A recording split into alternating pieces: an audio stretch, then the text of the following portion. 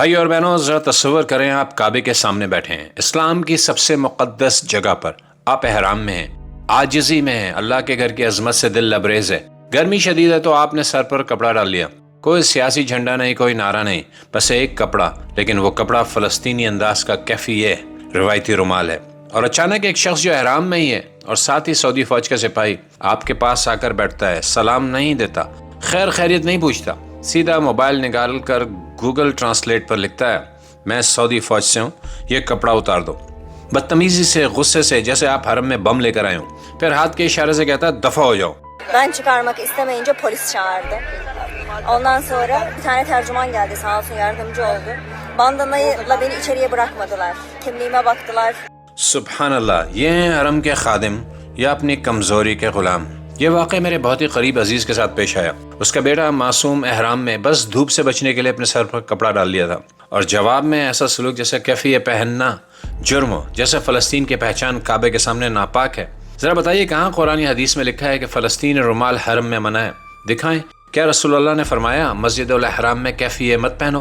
نہیں، مگر آج ایک سعودی فوجی نے اپنے ذاتی نظریے سے اس کو اللہ کے گھر میں ناپاک قرار دے دیا اور جرم قرار دے دیا۔ اب ذرا تضاد دیکھیے، آسٹریلیا جیسی غیر مسلم سرزمین پہ کیفیہ پہنتے ہیں، فلسطین کے جھنڈے لہراتے ہیں، ہاربر برج پر مارچ کرتے ہیں، فری فلسطین کے نعرے لگاتے ہیں، پولیس ہمیں تحفظ دیتی ہے، میڈیا ہمیں کور کرتا ہے، لیکن سعودیہ میں خادم الحرمین کے ملک میں وہاں ایک ٹکڑا کپڑا بھی برداشت نہیں۔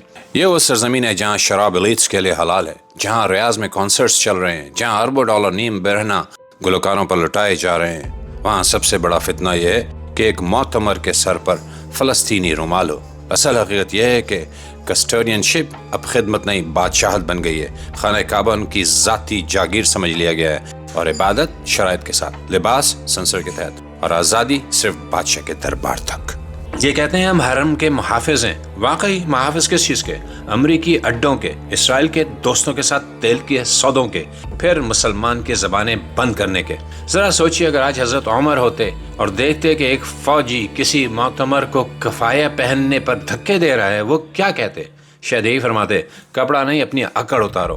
مگر اکڑ ہی تو ان کے ایمان ہے۔ اور کمال کی بات یہ ہے کہ غیر ملکی فنکاروں کو مکہ و مدینہ کے قریب کنسرٹس کی اجازت دینا، لیکن فلسطین کا رومال ناقابل برداشت۔ سچ بات یہ ہے کہ سیکیورٹی نہیں، یہ عدم تحفظ ہے۔ خوف ہے کہ فلسطین کی پہچان ان کی غداری یاد نہ دلا دے، خوف ہے کہ کیفیہ مزاحمت، عزت اور بہادری کی علامت ہے، اور یہ سب ان کے تخت کے لیے زہر ہے۔ اسی دوران یہی حکمران اسرائیل کے ساتھ ہاتھ ملاتے ہیں، نیوم کے پروجیکٹس میں خوش آمدید کہتے ہیں، اور تیل کے سودے جنگی مشینوں کو بیچتے ہیں، لیکن ایک معتمر کا رومال، بس وہی ان کی بہادری کا مقام ہے۔ استغفر اللہ۔ تو سوال یہ ہے، یہ کیسے جواز پیش کریں گے؟ کعبہ کی چابیاں رکھتے ہیں مگر انصاف کا دروازہ بند کرتے ہیں، خادم الحرمین کہلاتے ہیں مگر مسلمانوں کے کپڑوں پر پہرے لگاتے ہیں۔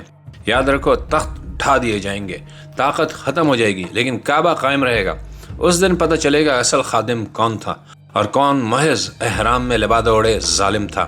جب تک وہ دن نہیں آتا، حقیقت یہ ہے، غیر مسلم ملکوں میں ہم فلسطین کو جھنڈوں میں اٹھاتے ہیں، اور مسلم ممالک میں ہم اسے دل کے اندر چھپانا پڑتا ہے۔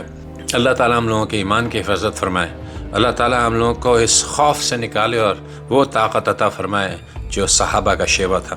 زندگی پھر ملاقات ہوگی، دیکھتے رہیے دیسی لاؤڈ اسپیکر۔ اللہ حافظ۔